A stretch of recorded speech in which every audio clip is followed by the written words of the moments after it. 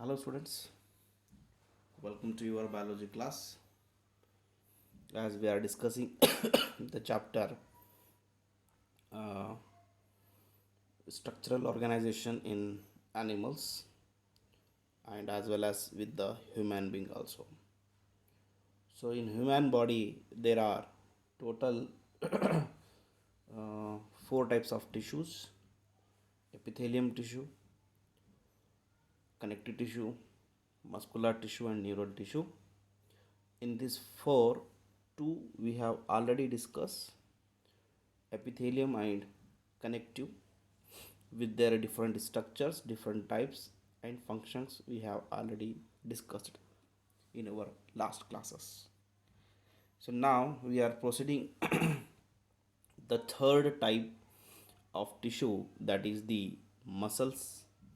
Here we can say muscular tissue. So my dear students, muscles is one of the major part of the body. Muscles has lot of functions, and here muscles also consider as a one type of the tissue. Okay, so let us look at into the muscles, their different types and functions.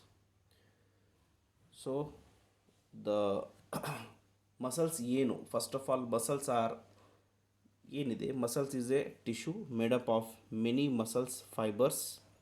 The muscles fiber is nothing but muscle cells. Okay, ಮಸಲ್ಸ್ನಲ್ಲಿ muscles ಏನಿವೆ ಅಂದರೆ muscles tissue. ಒಂದು ವೇಳೆ muscles tissue ಇದ್ದಾಗ ಅದರ ಒಳಗೆ ಏನಿರಬೇಕು ಅಂದರೆ ಸೆಲ್ಸ್ ಇರಬೇಕು. ಸೊ ಮಸಲ್ ಸೆಲ್ಸ್ಗೆ ನಾವು ಏನಂತೀವಿ ಅಂದರೆ ಮಸಲ್ಸ್ ಫೈಬರ್ ಅಂತೀವಿ. Muscles fibre are composed of numerous fine numerous so many number of numerous myofibrils. Muscles ಒಳಗೆ, ಮಸಲ್ ಸೆಲ್ಸ್ ಒಳಗೆ ಎಸ್ಪೆಷಲಿ ಮಸಲ್ಸ್ ಫೈಬರ್ ಒಳಗೆ ಮಿಯೋಫೈಬ್ರಿಲ್ಸ್ ಅನ್ನು ಇರ್ತವೆ. Muscles fibre means muscle cells can contract, short ಆಗಿರ್ಬೋದು, and can relax, lengthen ಆಗಿರ್ಬೋದು. ಅಂದರೆ they contract and relax, contract and they become short and long. such property can seen in the muscles.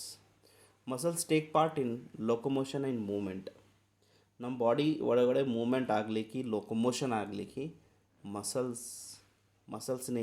से ही कारण है. Muscle से ही हमारी body में movement और लोकोमोशन जैसे चीज़ें होते हैं. Right now the animal muscles including human muscles has three types.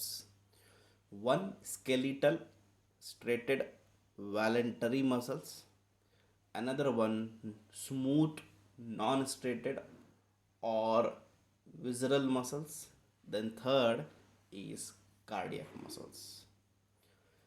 Now students, the skeletal muscles are those muscles which remain associated with the bone of the body.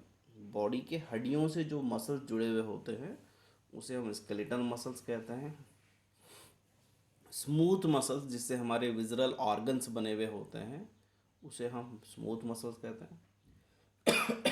एक वो muscles जिससे हमारा heart बने हुआ होता है और हार्ट के मसल्स उसी के ही अलग होते हैं, तो उसे हम कार्डियक मसल्स कहते हैं.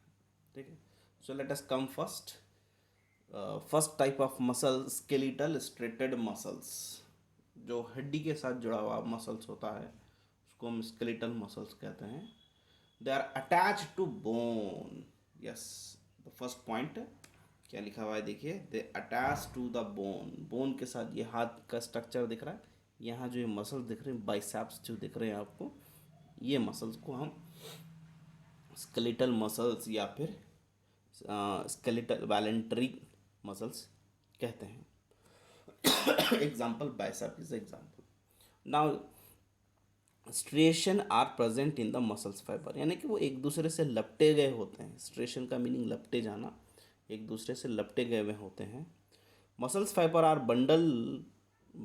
Bundle together in a parallel fashion. Parallel fashion में वो बंडल हुए से होते हैं.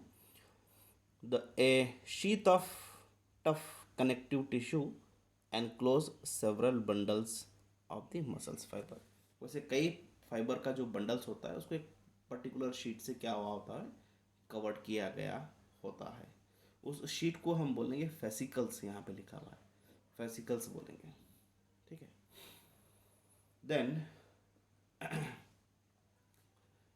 उसके ये होते हैं वैलेंट्री इन फंक्शन होते हैं। वैलेंट्री वाला पॉइंट नहीं लिखाया गया है इसमें। वैलेंट्री यानी कि वो खुद, वो हम जैसा चाहते हैं वैसा एक्टिवेट करते हैं, हम जब चाहे जब भी वो मूवमेंट में आते हैं, उसको वैलेंट्री फंक्शंस कहते हैं।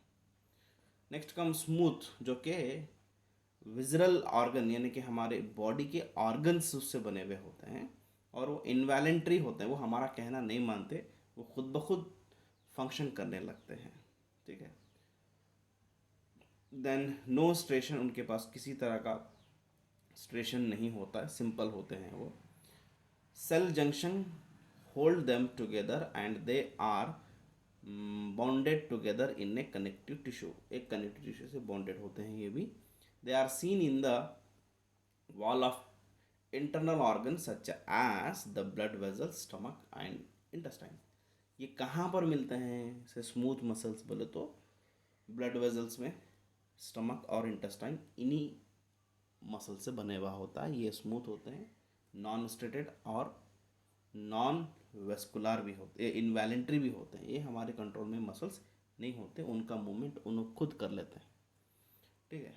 उसके बाद थर्ड टाइप जो है कार्डियक मसल्स, जो जिस सिर्फ हार्ट में पाया जाता है, जिसको हम कार्डियक मसल्स कहते हैं। ये भी इनवैलेंट्री है, हम हमारे हार्ट का मूवमेंट को नहीं रोक सकते, हार्ट खुद ब खुद हमारा धड़क रहा है, उसको हम रोक नहीं सकते, तो ये भी इनवैलेंट्री मसल्स है, seen only in the heart only. Then cell junction fuse plasma membrane of the cell and make them a sticky together, एक together साथ में रखने को वो काम कर हेल्प करता है। कम्युनिकेशन जंक्शन, जिसको हम इंट्रा कैलेटेड डिस्क कहते हैं, allow the cell to contract as a unit, that is when one cell receive a signal to contract, its neighbour cell also contracted.